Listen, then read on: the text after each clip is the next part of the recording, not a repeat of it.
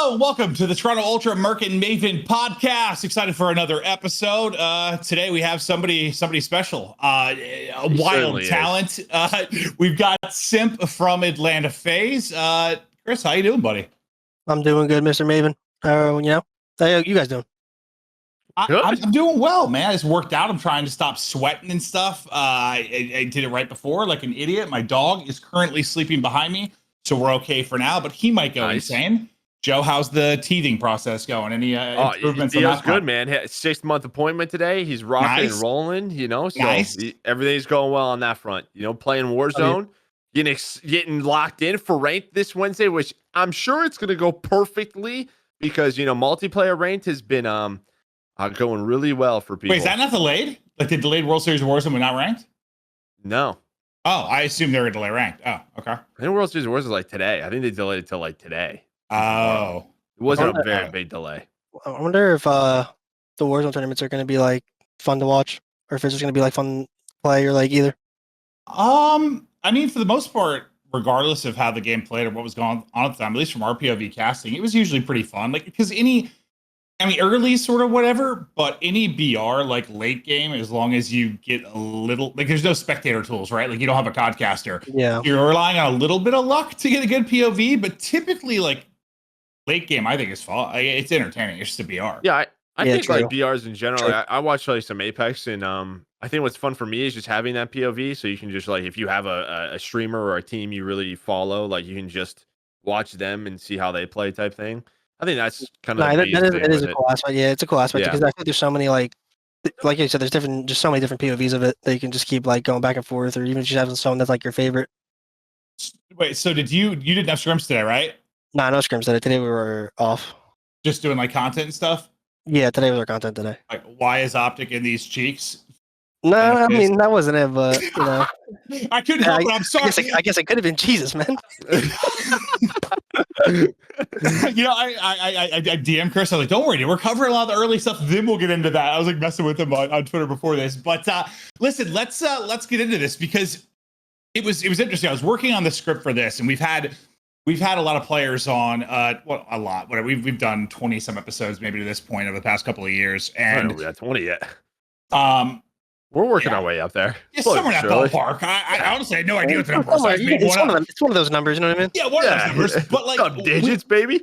We had like recently like a Bance, an Accuracy, a Clay, like people that have much longer careers, and we're going it back in the day talking about stuff, and some stuff like really wasn't fresh for us at all. Like we were trying to remember certain things and how it went down, but like you've kind of exploded like also right when Joe and I sort of like started casting, and we were like the main pair at the time. We casted so much of your like dominance and success that like it was really fresh in our minds. But just going through it was absolutely wild. But where I want to start is just like kind of what was it like for you?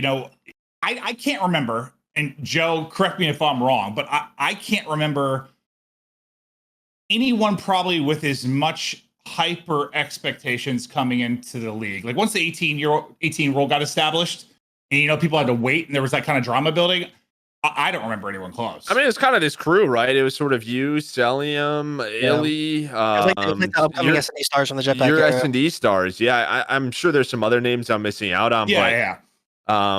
It was just sort of this crew, but you were definitely up there. Probably number one. Everyone was talking about Simp the Jetpacker because you were running everybody's pockets and search and destroy. You don't know what's funny about the Simp the Jetpacker name? Low-key, TJ Halley is the one that gave me that name. Really? Yeah. I'm pretty sure way back when. Way back in the day. Just from like a tweet, because I was like, what should my new PSN be? And then, Jetpack chose one of these replies, and that was what it was. Or you just beating them all the time in Jetpack games? That's probably what it was, huh? I mean, it's probably a close battle, but I was probably taking those dubs. Yeah. Did you play like I have a before we get into like the career, just S&D like tourney wise? Yeah. Back then, were you playing like all night and then going to school like?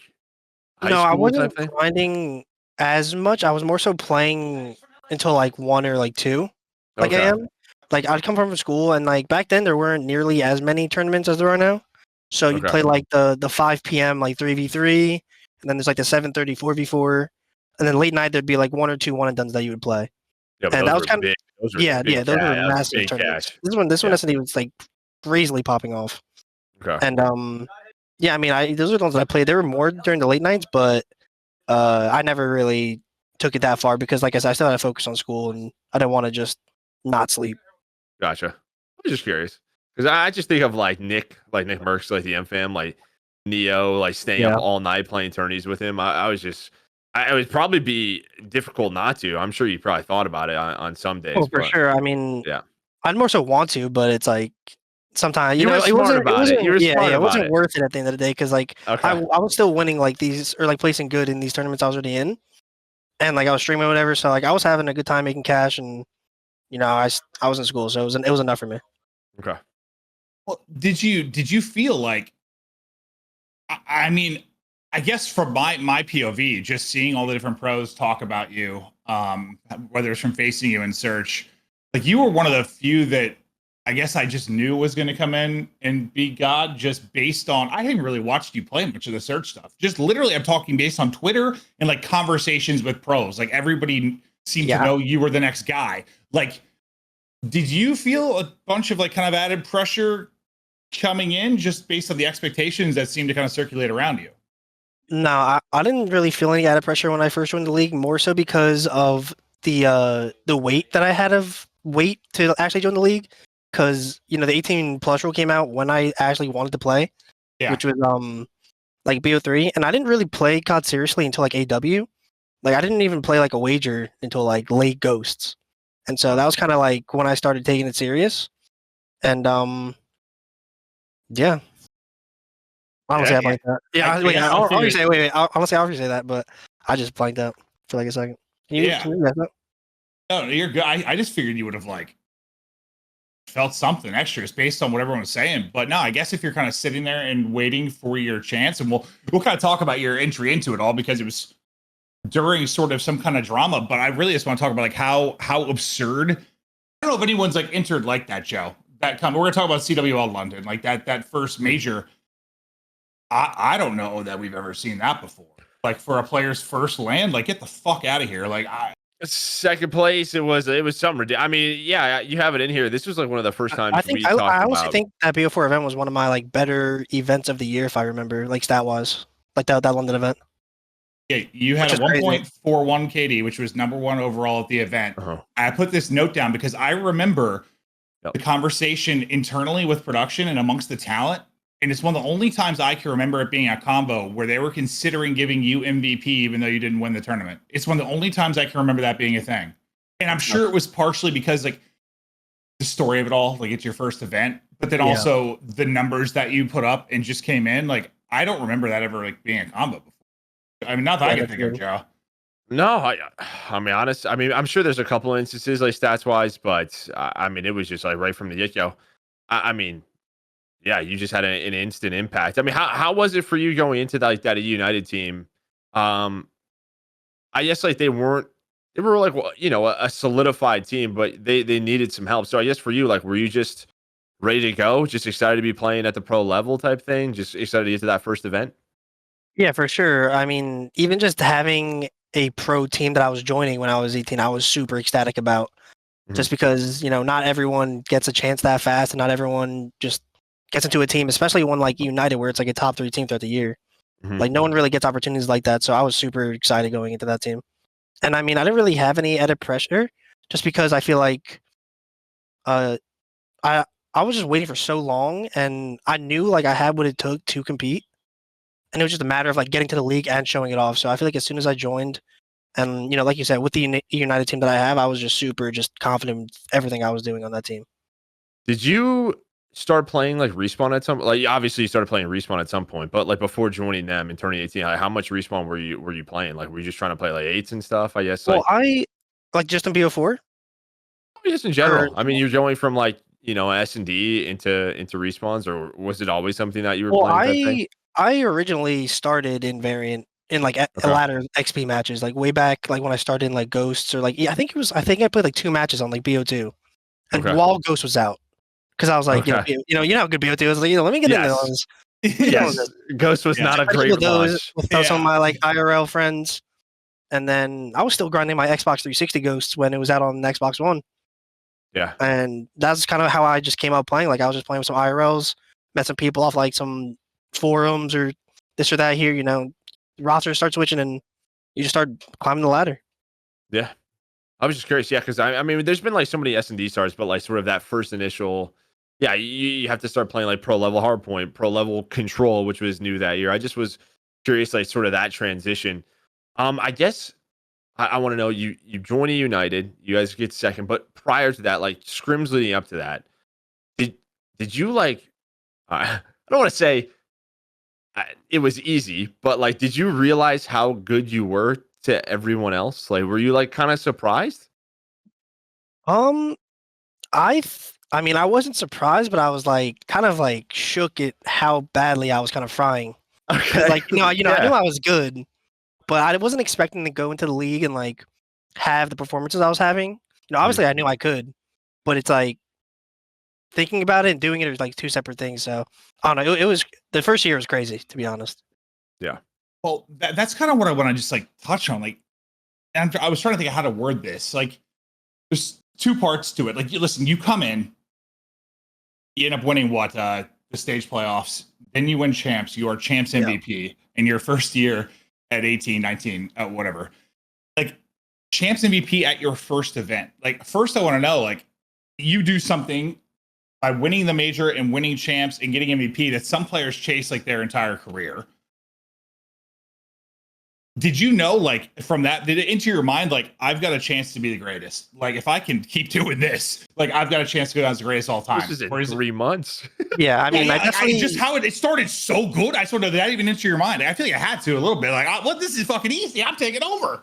No, I definitely, after BO4, I was definitely feeling like Timothy just because of how the year went down. And even, like, champs, like, all three of us, like me, Alec, and Tyler had 1.3s, and I don't know. It was just crazy the way we were slamming people, to be honest.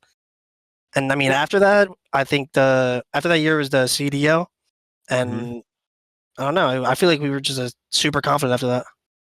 Well, did it? The other side of that, I sort of want to know. Like, this is what I was struggling like word. Like, is there any negative now looking back, like to coming and seeing that much success right away? Was there any like sort of downside to that long term, maybe? I wouldn't really say so. I at least for me personally, because this year and last year we have faced a bit of adversity. Whereas I'd say like I feel like some people, if they get thrown into that mix and like get instant success and they see all that, I feel like if they get that adversity thrown at them, it might be hard to like overcome it, because it might be like if you think you're the best all the time, especially off the rip, and like you kind of get like a reality check, I feel like some people might not be able to handle it. I guess that's what I wondered. Like, you come in like that, it's sort of like, all right, well, this is easy. Well, but then once you hit a road bump. Yeah, after that, I wasn't expecting to always win everything. You know what I mean? Obviously, every tournament I go into, I'm like, we can fucking win this shit for sure. Yeah, but I still always have a chance. That's for sure. Yeah, no, 100%. Which is never a lie. But yeah, I don't know. We're just nasty. All right. Well, let's. The one thing we didn't really touch on with the United thing is I remember.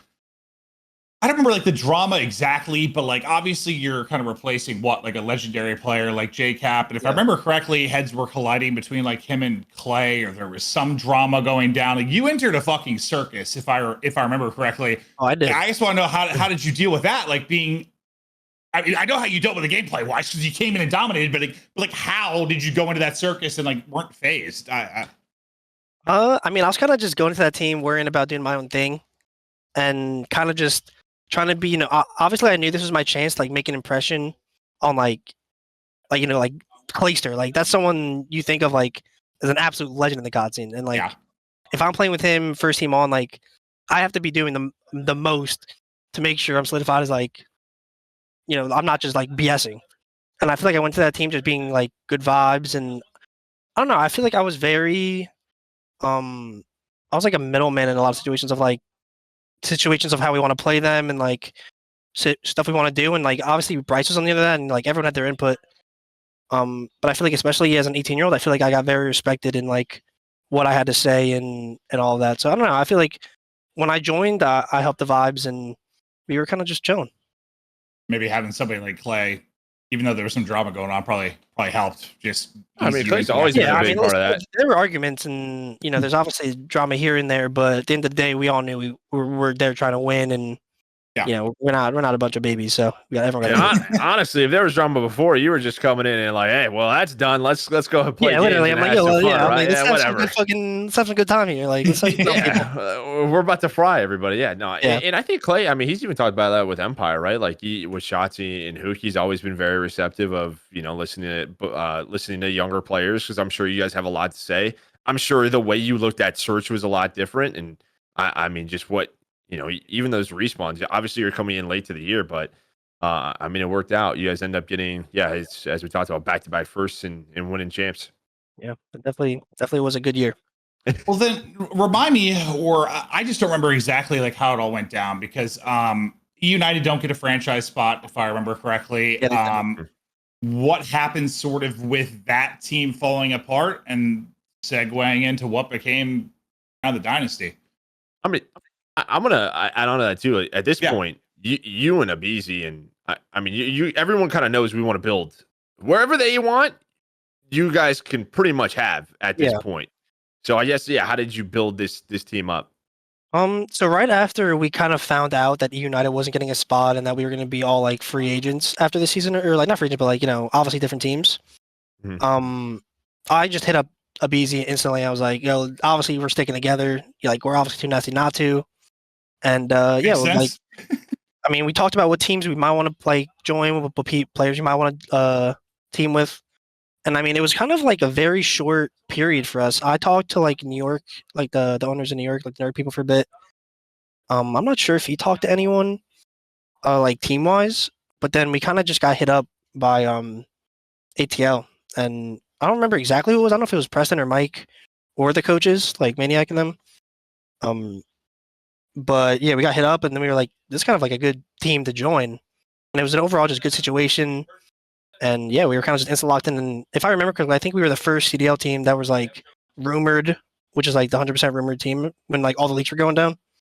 And we were like the fastest team to like be locked in, I'm pretty sure. Makes sense. I figured it was probably Priesta had a really good year that year. I mean, he was like one of the stars of 100 Thieves. Major was on that Gen G team. And then you had Cell, who was on FaZe already, and I mean that's one of your boys. So you're still teaming with him, so it makes sense. And like I said, that was also kind of a weird time because the money was coming in, right? Everyone was trying to run the salary number up. So you were talking to different owners, but I mean the fact that you guys were first doesn't really surprise me, because I'm sure you had some people on the hook. Like, are they teaming with me? Are they not teaming with me? There's definitely a couple, but I feel like there were a lot of people, like the way roster mini goes is there's always like a domino piece that you're waiting to fall. Mm-hmm. And I feel like we were one of the bigger pieces that everyone was like, sure, kind of waiting for. Yeah, that makes sense. Yeah, no doubt about it. I think I forgot to ask this. We're going to rewind time real quick because Joe, you brought it up and I put it in the script, just forgot to kind of say it. But like rewinding, when you joined Eunited, did you have like other options and things you were considering? Like your first step into league, was it sort of United was the way to go, or were you fielding different options? Like what was going on there? Because I was kind of curious. I don't even think I had another offer outside of United, to be honest with you, because I've always in a United cadet.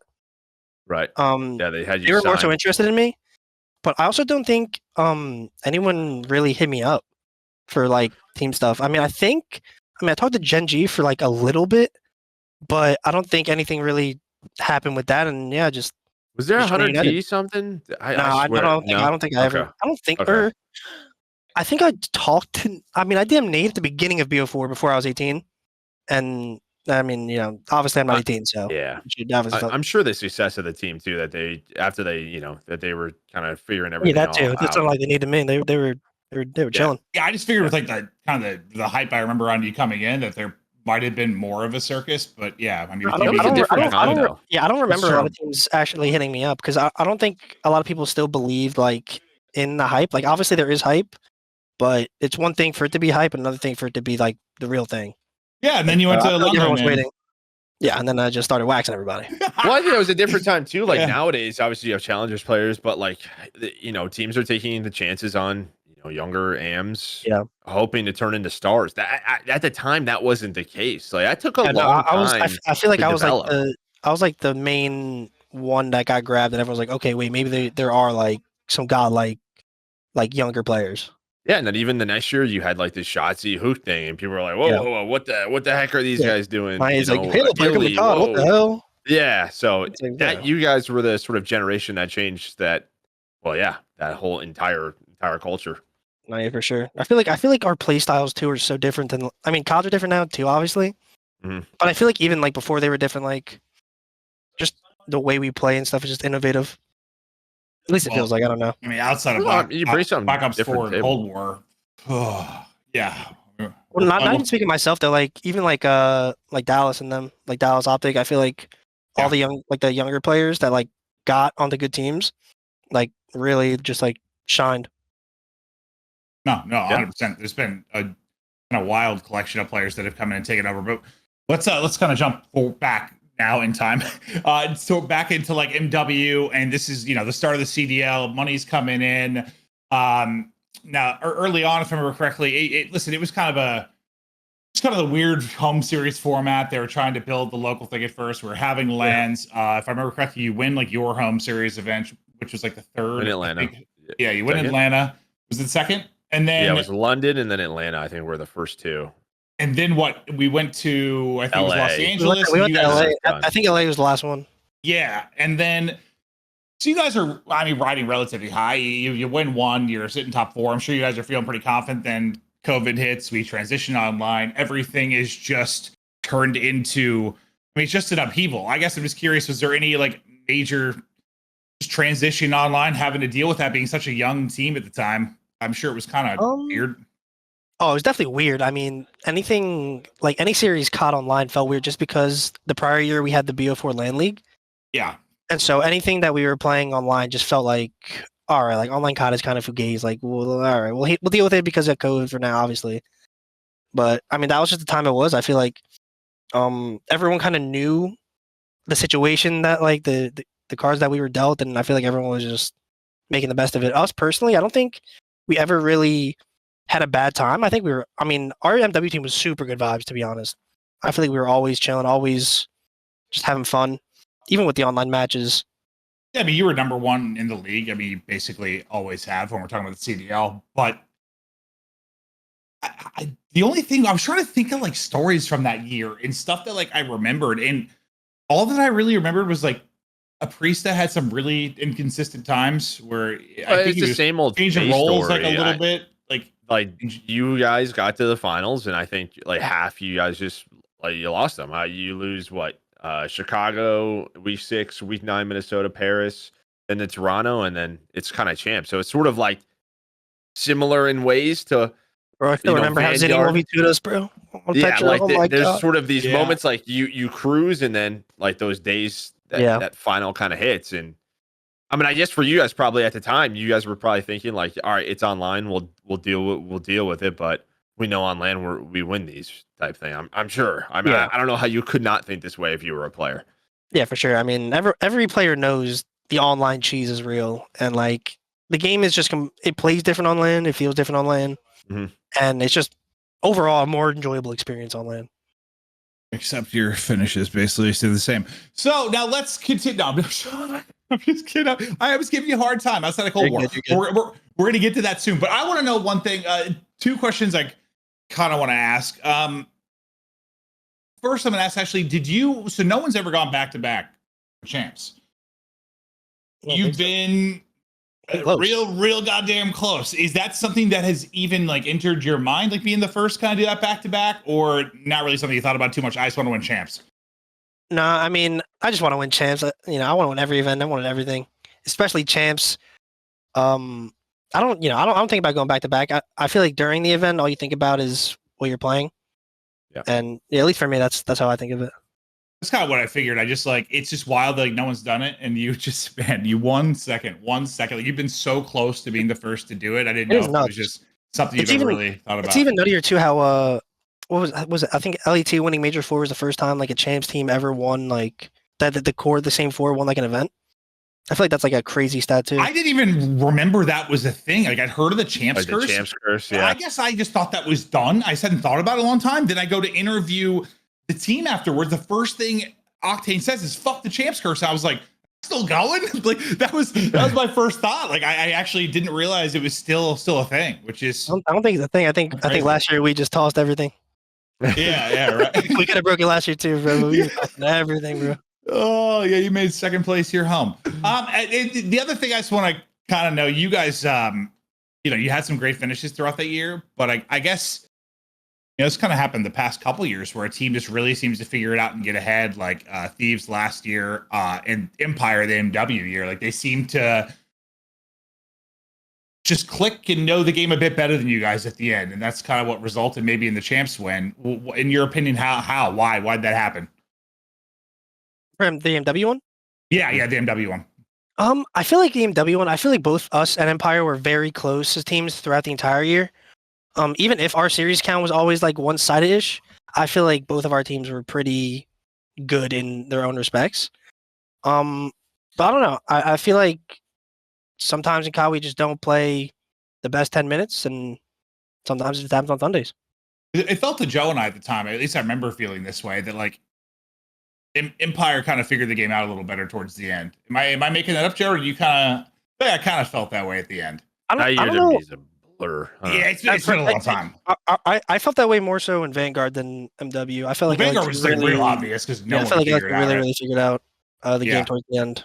I think it was pretty close. I think there was just like a couple of maps that they lost. I remember like a Zero Hardpoint being like a really big deal because like their stats were so much more one-sided than like FaZe dominated that map that entire year, and then they were able to take that one. So I think it was just like a prep thing. It seemed like for Empire, felt like they knew what they were running into because that was before. That was like where champs was just a final. You had a week break, right? Or like the final three teams. Oh, that was I did too, low key. That it was like a week break. I'm not gonna lie. If we teams. played champs that first week, we were dominant that first week. Yeah, so like you changed kind of what he says, where like it's kind of any given Sunday for football, like any given day, you have to play the best match. You have to play the best COD every match, and if you don't, the other team will. Yeah. So I forgot that was a thing. I look, he did too. Dude, that year just with COVID, everything just got just derailed, bro. Yeah, it's a good thing to forget, I guess. Until we bring it up here on the podcast. Well, let's get out of sort of the close second place and let's get to a Treyarch title. What do you say? Yeah, let's get to a Treyarch title. This is where you guys. I mean, it was one of the more dominant stretches we've ever seen. Well, before we kind of get there, obviously, we were playing 5v5. Treyarch brought that in Black Ops 4, and I know the game was great, but like we thought 4v4 was, as much as Treyarch is like the best competitive studio, one of the dumbest goddamn decisions of all time was to go to 5v5. But they fixed it the next time around. We get to 4v4. So how did the process go about of, I guess, kind of Priesthood Major out, Arcitys in? I guess I wonder, like, who made the call? Was it just the trio sort of talking about a coaching staff? Like, how'd that come about? Yeah, I mean, I think it was overall just internal talks between like me, the trio obviously, and then the coaches of who we'd prefer to have and like what our possibilities were. And I think at the end of it, we really came down to Alec just for, obviously the chemistry we had with our first champs win with him, and as well as the leadership he brought to us, because I felt like he really controlled the game for at least in Cold War, it felt that way, like for like me and Tyler. When you say that, like, what do you mean, like comms wise? I mean, it's like everything. It's kind of hard to like explain. Yeah. Like I'm sure you understand it because you've competed yourself. But it's like, yeah, he's like leading people around the map and like making sure we're like composed and stuff. And yeah, I feel like that was Cold War. But at the same time, I feel like all four of us were literally like gods at that game. Mm-hmm. And so even when things were tough, which wasn't often, he like reeled us back in and stuff. Well, I kind of assumed it had something to do with leadership, at least that call, because I mean, Celium is basically mentally an 8-year-old. I feel like when I watch videos of him, and then you got Abizi who's just giggling about God knows what. MC's an absolute unit. MC's different, dude. He's fucking different. That guy, bro. That guy is different. I just can't imagine him taking over like a quote unquote in-game leader role. I just can't see him. Like, it just would make me laugh thinking about it. And then like it's hard, I think, for usually that leadership role typically applies to like ARs, like main ARs. It's a lot harder for subs to be in the mix and like lead everything at the same time, I'd say. Yeah. So we kind of figured that's what it was for. But Joe, let's sort of get into the success they had, because it was a hell of a year. Yeah, I mean, obviously, you guys get first at the first major, second, and then you get first. I think the only shocking thing was obviously that top 8, the Nikki D Classic, but at least Nikki D's on your team now. Yeah. Then you guys win champs. I think going into this year, though, what was just sort of the conversation after, losing the year before? Like, I think some players in their career, you haven't had a lot of this. They either get dropped or they have a really rough year, and it's a bit of a wake-up call. Was like, I guess, getting second like a wake-up call for you? It's like, as silly as that is, getting second at the World Championship the year before, was that sort of like, we're not letting this happen again going into the next year? Yes, but I feel like we even felt that way about losing some of the tournaments throughout the year, where it felt like we should have won. Like, we'd lose and we'd go in the back and we'd actually be like, actually super upset about the way like we lost and like the way it went out, just because it actually felt like we could have won most of the literally. I mean, we did win most of them, but it literally felt like we could have won like another 1 or 2 of the tournaments that year. Well, that's what I kind of wanted. The difference for you between like, you go back to Black Ops 4, your first year, you win like the stage playoff leading into champs. You ride that momentum and win. This time it's a little bit different because you get the top 8, which I believe is your only placement outside the top 3 your entire career, which is just fucking insane. But you get that top 8, then go into win champs. So there any like distinct differences for your mentality going in, or it wasn't really a big deal? Oh, for sure. It was the biggest wake up call for our hard point. I think it was our hard point that we couldn't. I think we lost both hard points in both of our series that major, if I remember. And we ended up losing that standoff game 5 against them. And yeah, I think it was a really good wake up call for our hard point, just that it wasn't where it needed to be, and that if we were going to win champs, it needs to be better. And you're going to fight that for the rest of your career. Yeah. Hey, wait, listen, man, we're getting better. Trust me. But that year, I mean, what's just wild about to me is like, you're what, about 2.5 years in? I mean, at this point, you've got however many tournament wins, 2 champs wins. I mean, Joe, that puts him in the conversation with a very small group of people just from a win standpoint. No, I think we all. I mean, listen. I mean, it's insane. It's insane. Like your statistics. I have one of the better, I think, average placings for like a pro. Before then. Back when the plumbers and accountants played, but.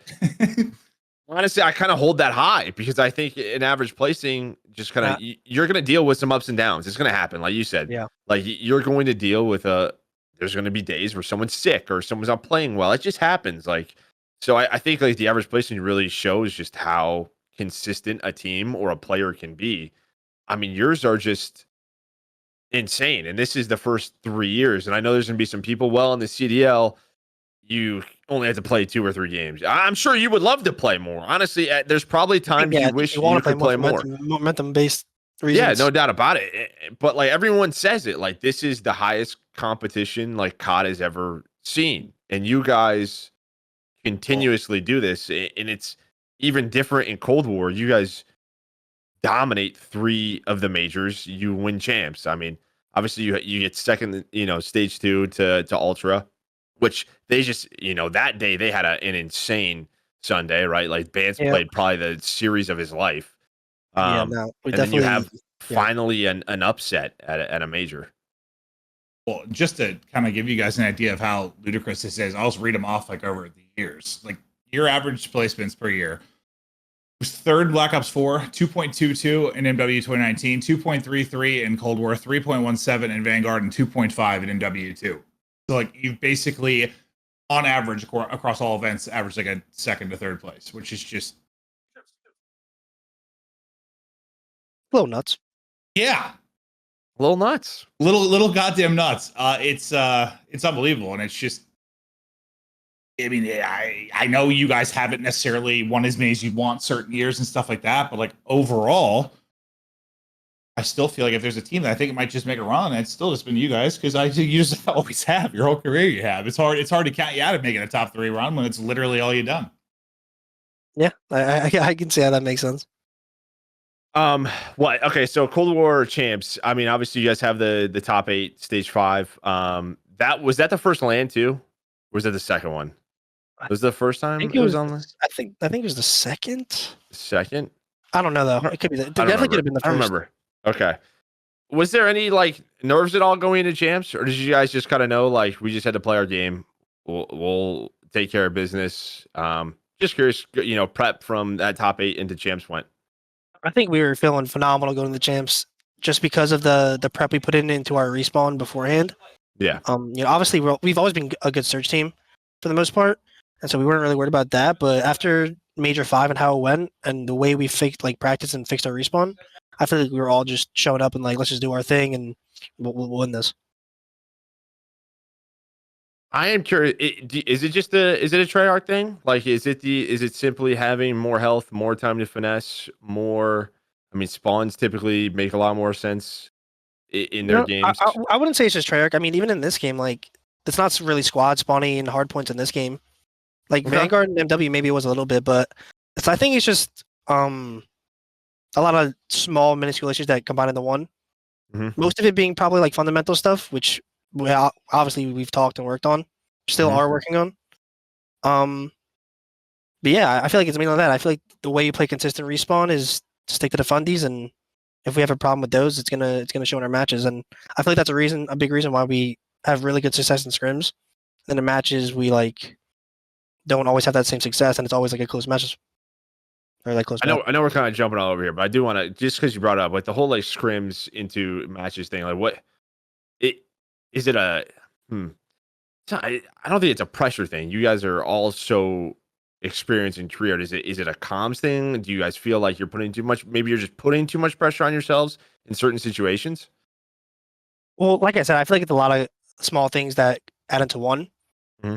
Like I feel like the comms are a part of it, but I kind of take that as part of the fun. Not really fundies, but like just like the basic COD that you should be playing. It's like the stuff that we miss sometimes. And I feel like we just play a harder game than we need to. At least in respawns, obviously not in searches, but okay. Working on it. I'm working on it. Yeah, we'll dive. I have a million questions in regards to that topic, so we'll dive into that even more later, because it still fucking blows my mind how you guys can be so dog shit at respawn.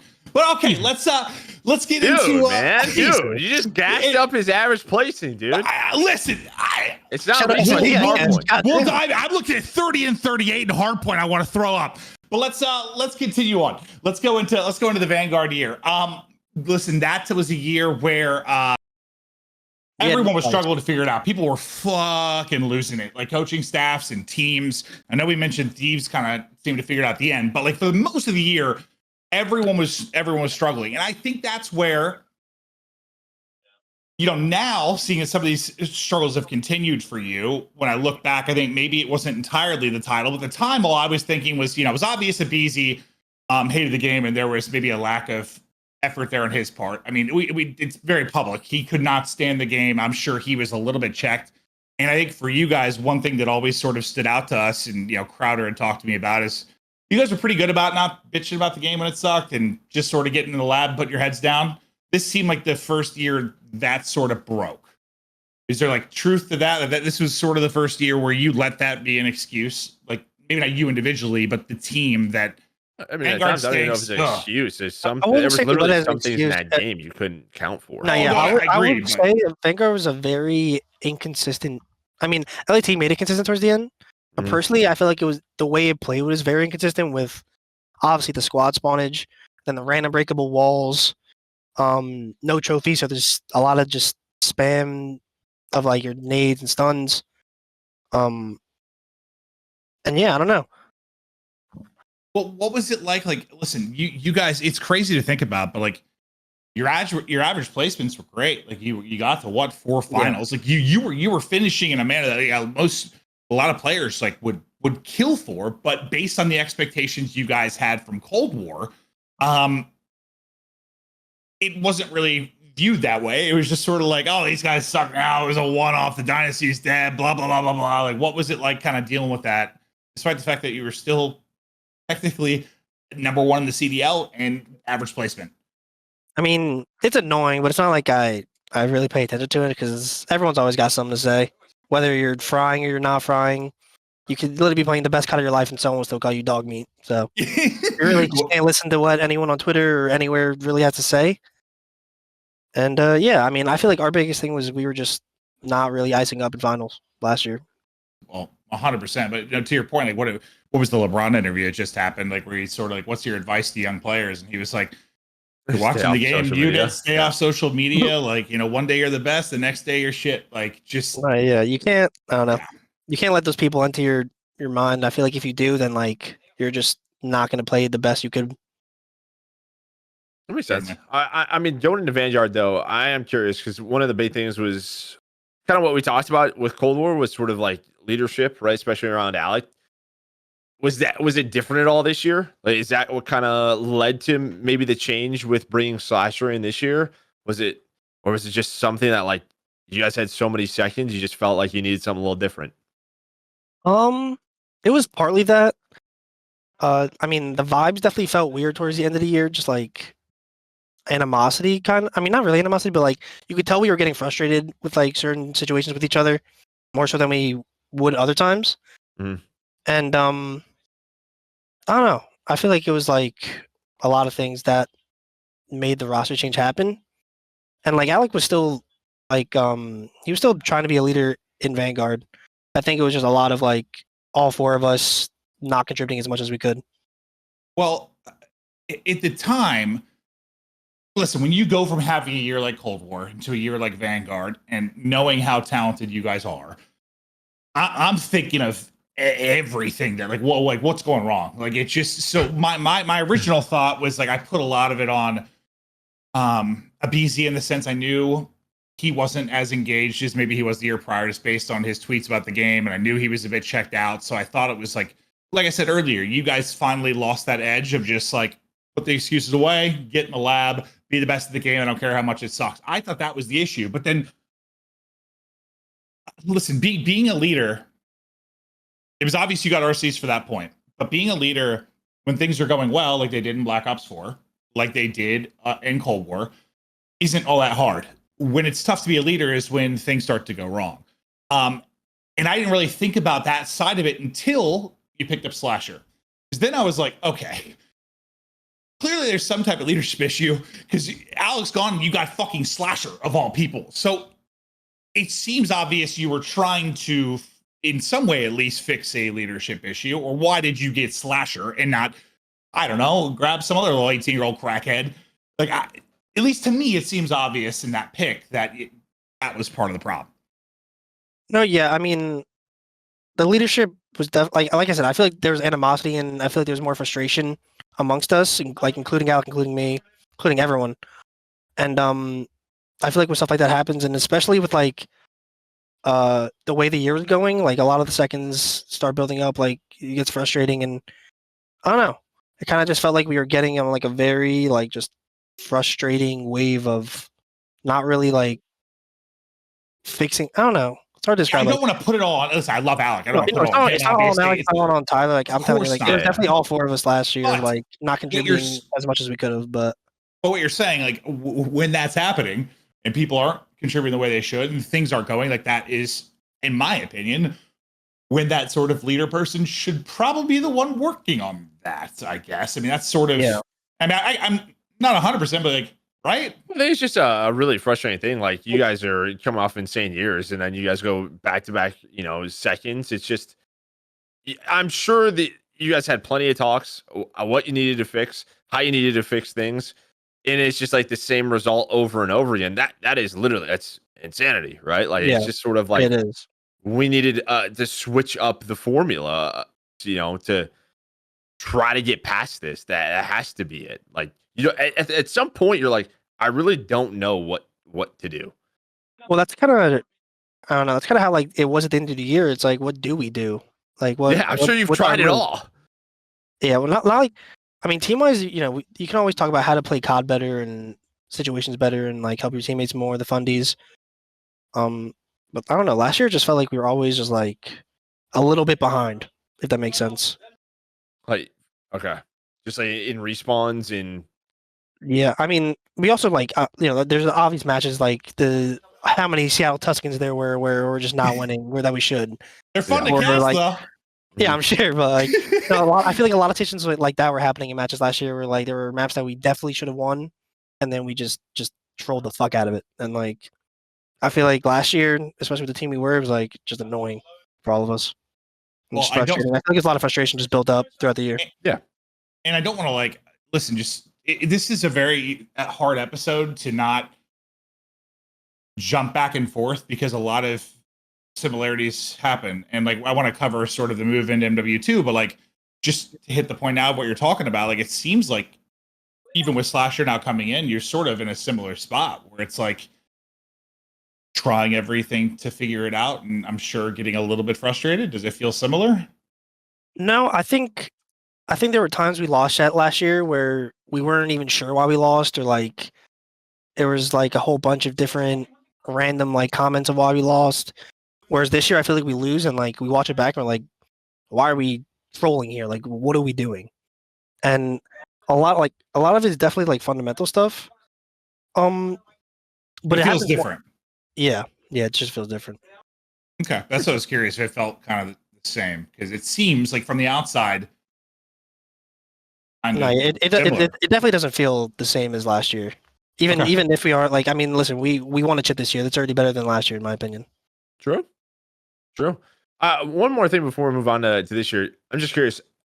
Obviously, your play style, I think in Black Ops 4, you were, as you said, Himothy.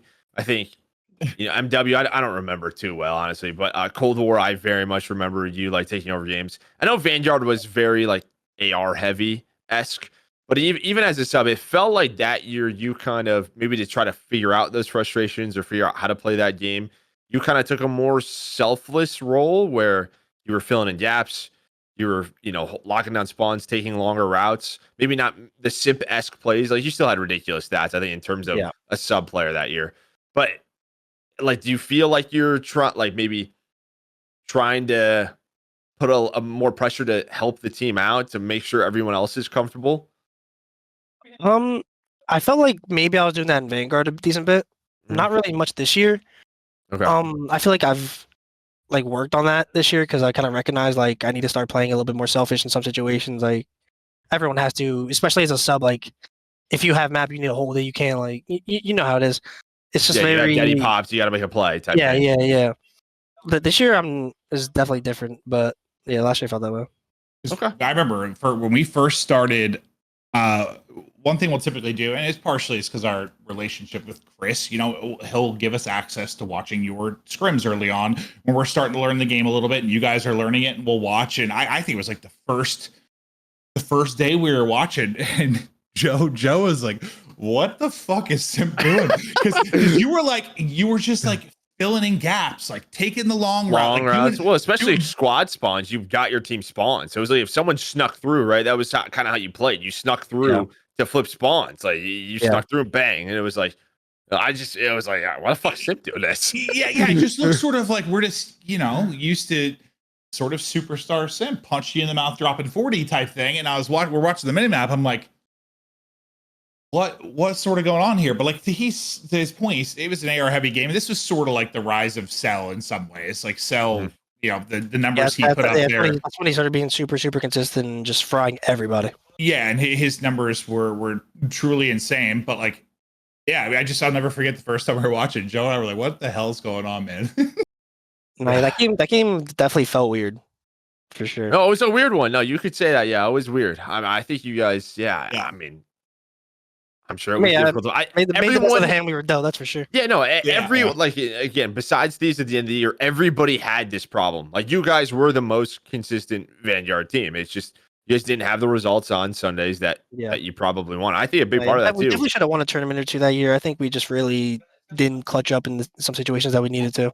Especially finals, your guys' searches would it would flip flop. No, our search last year felt very inconsistent.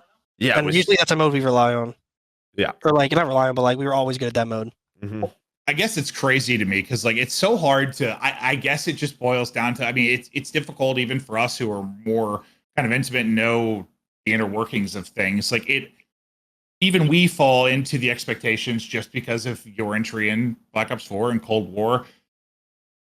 But when you really think about it, it's yeah, one or two of those finals goes differently, and this convo isn't even happening like this. It's just, and that's we're talking a 2-hour stretch in the course of an entire year of Call of Duty. If two things go differently, you win 2 events. We're not viewing Vanguard as this what the hell year. Or for sure. I feel even if we just win one, it's oh, they still caught a dub. Yeah. Which is just, it's hard not to fall into it though, because I try not to, but it's just the expectations with you.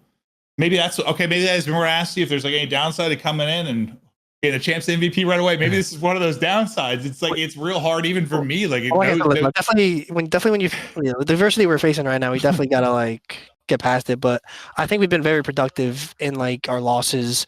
I mean, even yesterday, our Optic loss, I think most of us sat back and watched it for a couple hours and just really just spoke our mind on what we thought. Well, you want to start talking? We sort of talked about Slasher coming in, and we'll talk about this year a little bit. I think I understand why, but we heard it from Austin because we did one of these episodes with him, sort of how it went down. I mean, I think he basically said he drunk dialed you is what it sounded like. He was shot you a text or something. The guy had the confidence. But why did it make sense for the trio, Slasher specifically, to come in? It kind of just fit what we were looking for. I mean, we didn't really need a crazy Slayer. We didn't need anything crazy. We just needed an IGL who is just consistently thinking the same, saying the same, and never scared to say their mind. I mean, it's just you just needed a different IGL than we had. Were there any other options at the time? Was there anything you guys were thinking about? Shotzi was one of them, right? Yeah, there were a couple players we talked to, but yeah, I'm not gonna. Are we not leaking that list? All right, we're not leaking the list. I don't know if it's for me to say, but All right, we'll keep it under wraps. Well, I mean, the fact is, listen, let's just talk about it bluntly. That trio at the time, I mean, if you really, really wanted to get someone, you probably could have got what you wanted. So I imagine. I mean, we were really just looking for a main AR IGL was really the two things we needed, and it was not a hard list. Someone someone to find. I didn't get an email or a message. Oh, my bad. Oh, my bad. I didn't see you on the. Yeah, my bad. It's all good. It's all good. I was just taking a couple of years. Sure. Yeah. Thank you. Appreciate that. Well, now you get Austin in. You get into this year after a year of lots of second places. You go to Major 1, you get third. Was there any feeling for you of just well, here we fucking go again? Just thinking about Sundays and falling short. It had to have entered your mind to some degree. Not really. It's. I mean, at least for me, it's it's a different game, different year. As soon as the game ends, you kind of have to close that chapter and leave it behind because every COD is different. Every team is even if it's our trio plus Austin, that team is still completely different than us three with Alec. And so we just have to start the year just high vibes, high positivity, and just keep it pushing. Even losing that event, you're okay, let's see how this team is better right now, and let's see how we can be better. And I mean, I feel the New York that won the first event, I feel they were setting insane pace compared to how the other teams are moving, and I feel that's why they won that first event. Well, to be fair, I mean, you want to see how you rebound, how you react to it, you win the next one. So that had to have been a pretty big just relief and just a great feeling after that long stretch of top threes. Wow, I can win again. Yeah, for sure. Especially after not getting at least one in Vanguard, it definitely felt good to get a chip after what felt like months. And I mean, this was carried by your guys' search. You guys go 7-0 Major 2, but you guys, I think versus Thieves, you won 2 searches and 2 controls, I think, in the final. Yeah. I think we nuzzled our way to a chip. Yeah, so you guys already know kind of I think you're 3 and 4 at Major 2 in hardpoint. So you know your hardpoint needs to get better. But I think just looking at search, I mean, especially for me, I just could not. I don't know. I can't wrap my head around it. Like how you guys set a streak, a win streak in this game with sound EQ the way it is, with Deddy the way it is. Deddy by itself, it's already random as hell, right? Like you have 10 seconds to make a play, and somehow you guys go on your longest search streak. Like I guess like how? I'd say a lot of ice and a lot of just S&D knowledge. I mean, us three are already pretty godlike at S&D, and then we have someone like Austin. You know, he's got the S&D mod, and I think he fits very well into the way we play search. And I mean, it's been showing. You know, like you said, we went on that win streak, and even with EQ, I just feel like our adjustments and like the way we use like what we know on the map each round. I feel like it's very hard for teams to like game plan it against us. I don't get it. Like I know it's like these little situations, and it is nuts though with like how weirdest search ever. Game. Yeah, it's like the sound. I mean, we talked about like Vanguard. Obviously, you don't have like the nade spots, and you at least have trophies. But like, I mean, obviously those two are probably some of the worst search competitive we've ever had, and. Like you guys were inconsistent last year, but then you found this level of consistency this year with all of the different factors. It's just crazy to me. It's crazy to me. I did have a question before we move on, because I remember at Major 2, it was versus Minnesota. It was versus Rocker. It was that hotel. You guys were down like 4-2 or 3-1. Yep. And it took me back because we were casting it to, I mean, I remember it on Raid a whole bunch. I've seen it this year with you on a CeeLo. I think at times it feels like you go into games with defaults or you guys counter, early on. But then it feels like when you guys go down in a hole early, it's just sort of a bit of a simp mode kind of takes over, where like you play these sometimes island roles and know how to just manipulate the team and just destroy them. Like, is that sort of like, do you take a responsibility when you guys start to go down early in search to kind of take over? Like, are you just kind of like, this isn't working, I'm gonna play me? Sometimes yes. I mean, I mean, I feel like everyone kind of feels that way. No, like, you do it all the time. But like, more so me and Tyler, I feel like, because we're the subs, where you kind of have to feel like you have to start making different plays and start just giving different looks, because obviously what you're doing isn't working. And no, it's the same look. Like hotel, you go in a restaurant every round, and I know the defaults, but I mean, they just shouldn't run it, man. I don't know. Yeah, because like that really sticks out to me. Like you on Raid, like you guys did a whole bunch of stuff. I've always been on an island. I feel like for us on an island, yeah. I feel like I am on an island like a decent amount, and that's just sort of the nature of how you were able to read the map in the game. Yeah, I feel like I feel like I'm so used to it that I can kind of just look at my mini map, see like hear the info, hear shots, and kind of just make decisions based off of that. But I feel like I feel like all of us make those mid-round decisions where we like, oh, we know this guy's here, we can single him out. Let's work him. Okay, he's dead. Now we can go back here. This is open now, like that kind of stuff. But it's like I feel like it's every round's different, and we might have defaults, but I feel like I don't know. Even defaults sometimes change. Just sort of like, hey, I'm seeing this is open type thing. I'm gonna try this. Yeah, sometimes even like if you're just feeling yourself in search or something, like, all right, I have Deddy, like, let me just go try and just hit this. Maybe they're not here, and sometimes they won't be, and then you'll just get a 3-piece shooting people in the back.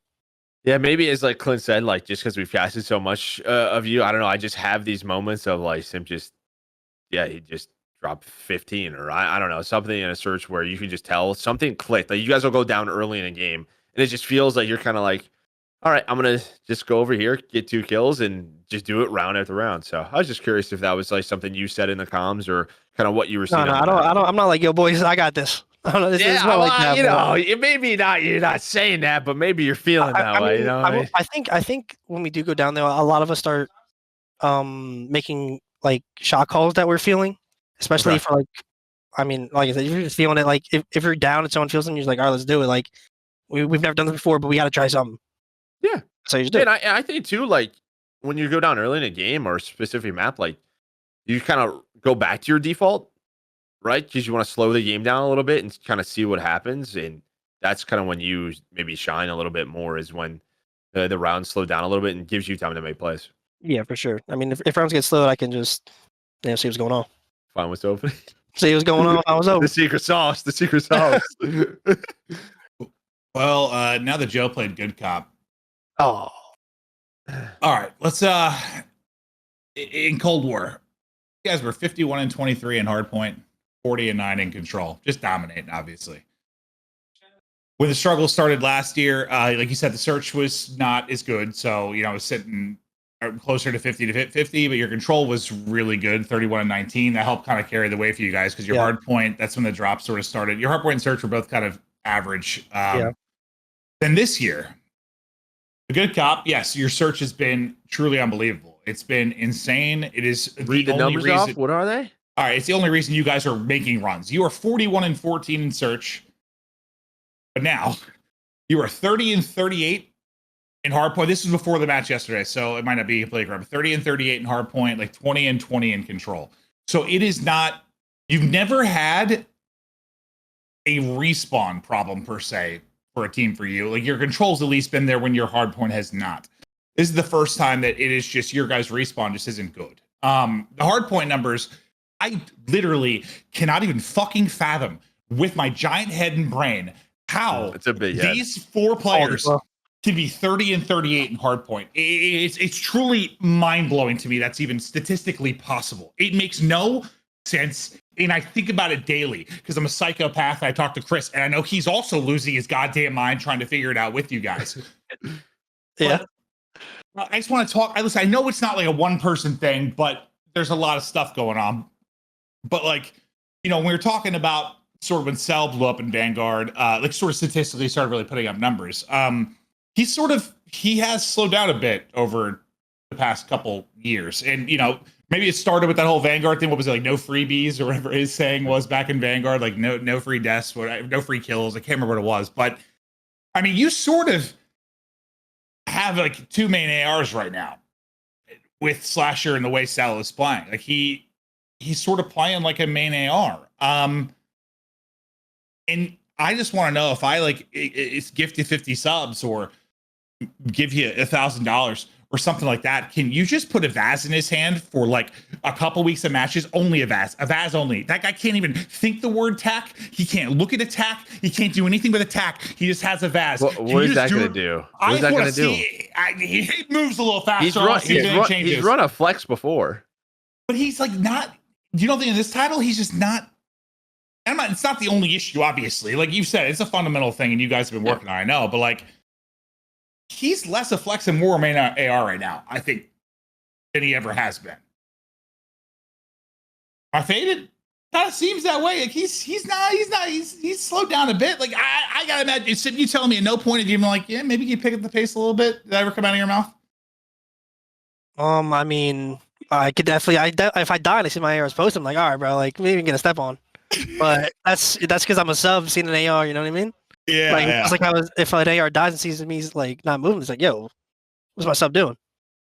Do you just feel like this team in general, like it just doesn't? I mean, the pace just sometimes isn't there. Maybe where it needs to be with this title, or not the main issue. It's something else. I think sometimes we might like stutter step a thing or two, or like not move randomly. But I don't think it's just an MC thing. I think it happens to all four of us where we'll like be in a weird situation where that we shouldn't be. Well, I mean, just going on the main map. We're talking to Chris. Like I know in scrims things have been working, and I know I've seen anyone has made a mistake at times. Like that'll happen. I just wondered. I don't know. To me, it sort of seems like sometimes it's like you got two main ARs on the squad. Just sort of what it seems like, and it's just I feel like it's got to be hard to like. And again, it's not all on Cell, of course. I mean, it's hard to even like talk about it because he's an MVP candidate. The guy's putting up like a 1-3 basically whatever he wants. To switch up their playstyle when you. So it's almost like I feel like even if maybe he does need to pick up the pace a little bit, it's kind of hard to even like say that because he's just statistically putting up insane numbers. Yeah, I mean, I feel like he doesn't. It's not like he just like only doesn't move all the time. I feel like there are times where he's always like moving and frying and. I don't know. I feel like all of us just have moments where we'll just like be at a different pace than we should be. And I mean, it happens to me. It happens to Tyler. It definitely happens to Austin. It happens to MC, like you said. And I mean, it's just a matter of it making sure it doesn't happen as much. Well, what leads to like, and again, I talk to Chris a lot. It's like, I know like in scrims, you guys will work on shit and try to improve things. And then, yeah, it just comes to the matches and like, I don't know. It's not like the break off won't be the same, but like you guys work on a setup for something and then you don't execute. Like how with the veteran type tournament winning players you have, is there some disconnect between scrims and matches for you? I get it with some squads, but like with you guys, like how? What changes? I don't know. That's what we're trying to figure out, Mr. Maven. Well, not figure it out, but like that's the problem we're fixing, obviously. You know what I mean? Like I feel like our scrims are. I feel like our scrims are always good. It's just a matter of how you win scrims, and it's obviously in scrims, I feel like people don't play their life nearly as much. They don't, they take more ego chows in a sense. And when it comes to match time, I feel like it's not that way. And I feel like, especially in some situations, we just don't adapt quick enough to like what is going on the map. I mean, there's scrims. Like I know people aren't playing. I know scrims are just meant to like practice situations for sure. They don't play as hard as they do necessarily in an actual match, but yeah, it's interesting because I mean, accuracy even when we had him on the last episode, just talking about like how do you get better at search, and he's like, well, it's just tough to get better because even when you practice it, right, everything changes in a match. Yeah. It just feels like the pace is different, the pressure's on. Not every single round of search practice is going to be serious. There's going to be rounds where teams are trying things, and like if you're a team that's against you, like what the hell? What are these guys even doing right now? And like it'll feel like that in search practice, but like that's kind of the whole point of search practice. I will say it is weird, like S&D practice, just because of that and how different it could be in matches. Respawn isn't nearly as the same. But especially when it comes to like just like sound whoring stuff or the challenge. No red dots. Yeah, it's just search is just different in matches. Yeah, especially on land.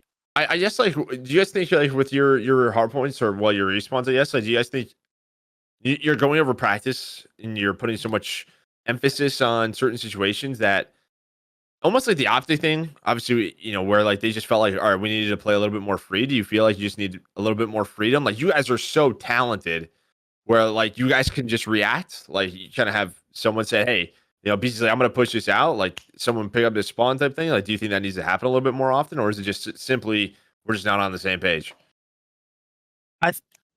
Yes, but I also think a really big part of our issues in hardpoint are our fundamentals and just our teamwork in general in that mode. Cool. Yeah, I guess it's been a long stretch of it now, and I guess in my head I'm just like, these guys would have figured it out by now, and maybe I'm just faded for feeling that way, but I'm just like, how have they not figured it out? Because I know you guys have been working on it. He's thinking it out too. Trust me, it definitely gets frustrating at times because even when we we scrim and we're winning it like maps pretty dominantly, it's like, okay, maybe like we're like Gucci now, and then it gets to the match and it ends up different. It's like, all right, now we gotta watch it and see like the hell's going on. Yeah, and I mean your scrims that influences vetoes, right? That after you're like, damn, maybe we should have played something else. But besides all this, I mean, you guys have a third of Major 1, you guys win Major 2. The next 2, you guys get it's 2 back-to-back top 3s. So like you're playing consistently again. The one issue for you guys has been Optic, right? You've lost to them in Major 3, you lost them in Major 4 now. I think you just lost them yesterday. It's like 0-5, I think, the last 5 matches. I guess to you, we talked to JP and Optics analyst coach, and he was just like, it just feels like Shotzi and Brandon really look forward to this matchup. In your minds, because I think before Vanguard, like that Major 1, you dominated that, right? There was this confidence. What is it now that has changed since then for you that is making this matchup so difficult? I honestly feel like, I mean, specifically yesterday, I feel like we didn't ice up in our S&D and our hardpoint. We got broken on both P3s on a fortress, which shouldn't happen. And then I think we lost like a 3-5 or like a close S&D, which we also shouldn't have. We tossed some rounds. And I mean, I feel like that's usually the biggest thing is they usually just, not them usually, but like the maps that we are losing to them, like especially when we get 3-0, we're just like kind of tossing. And obviously at the LAN, they kind of just smoked us on Fortress, and like it is what it is. But I feel like that we just kind of toss a lot of situations that we shouldn't.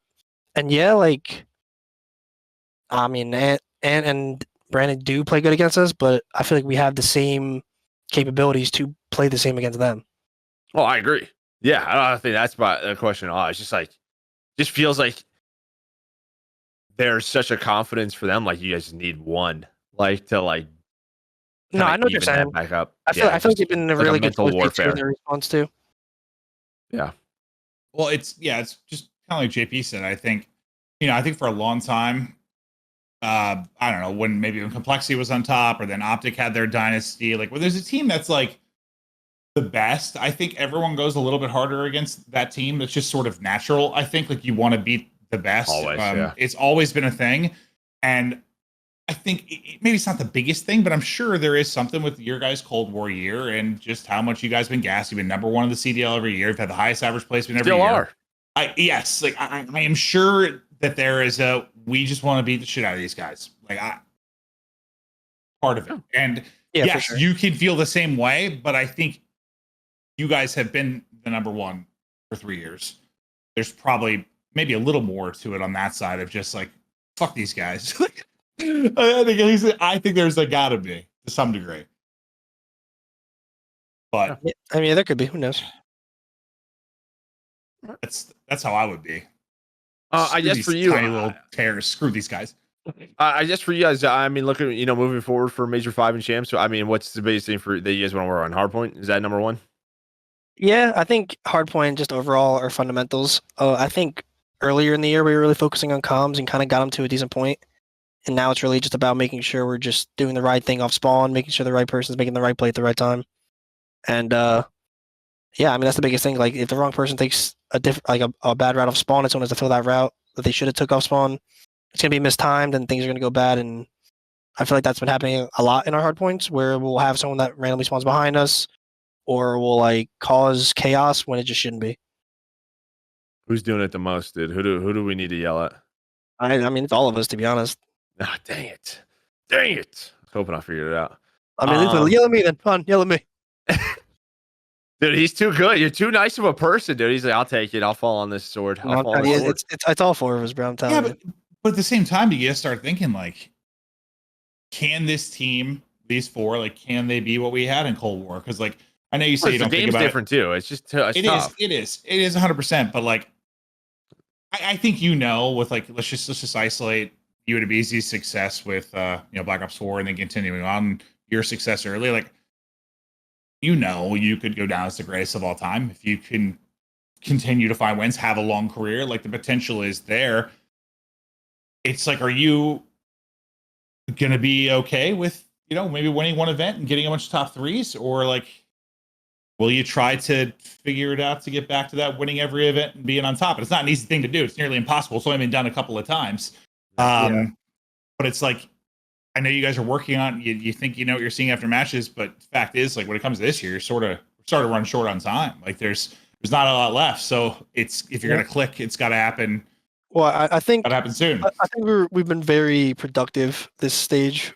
I mean, even the last couple of stages with what we want to go over, and obviously in particular the hard point. I think overall we've been very nitpicky and like very on top of it to try and just get this bullshit out the way, because we can't be losing hard points like we are every time.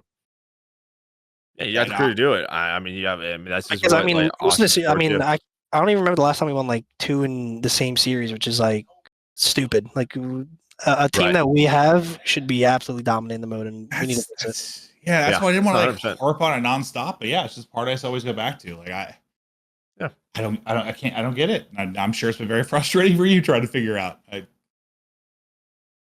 Good luck. Hey, you guys got Toronto coming up, then Champs. Before we let you go, we got some community questions just to wrap this thing up from the fans at home. The first one is from Incentivize from Jack. He says, how much do you think going to locals years ago helped to become the player you are today? And before I let you answer that, I just want to let people maybe listen in. Locals are like your local LAN tournaments, and I know you, and that was NJ Halo, right, for you? Yeah, I was at NJ Halos and ETGs mainly. Okay, so those were like events you could compete in before you were 18. Yeah, they weren't really age restricted. Like there were a lot of little kids, not little kids, but like teenagers competing, like younger ish. And yeah, I think it definitely helped me, at least in my respawn and like my confidence in respawn before I went pro, because I went to the local scene, and even my first event I went to, I played with a bunch of people that no one really knew, with literally like not even like daisy chain make samps, like it was literally like bad stuff. And we ended up placing like T3 that event. I think we beat like Brian Saint's team and like repping them. And I feel like ever since then, teams were just like looking at us, and with how many locals there were, like I think I went to over like 30 to 40 locals in my. No, that was the peak. That was like the heat, man. Like that was where those happened. Was like NJ Halos, like the East Coast. Like that's where it was huge. Yeah, and I mean, I feel like it definitely helped me. Like I was teaming with after my first couple events, I was teaming with like Profizi and like Pemby and some other like decently good competitive players, and I feel like I learned a lot from them early on. And just the way to play COD and like the weights of competitive COD. And especially like Profizi, he was another sub player that I was playing against a lot or with at the locals, and I feel like a lot of time like he was the one I was trying to beat, and so I was always trying to like make my role like his counter kind of. That makes sense. Yeah. This next one is from Digital Code Red. He wants to know. Well, we kind of talked about this. How hard is it to try and meet people's constantly high expectations, and has it affected you at all this season?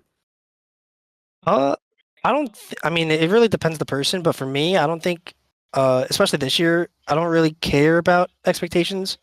I don't really care what anyone says. I mean, I don't know. Like I said, a lot of people have a lot to say, and they'll never even get close to being on stage playing COD. And in my opinion, those guys know nothing. So you can't really let them tell you like what's going on. Yeah, like this ball guy right here. Yeah.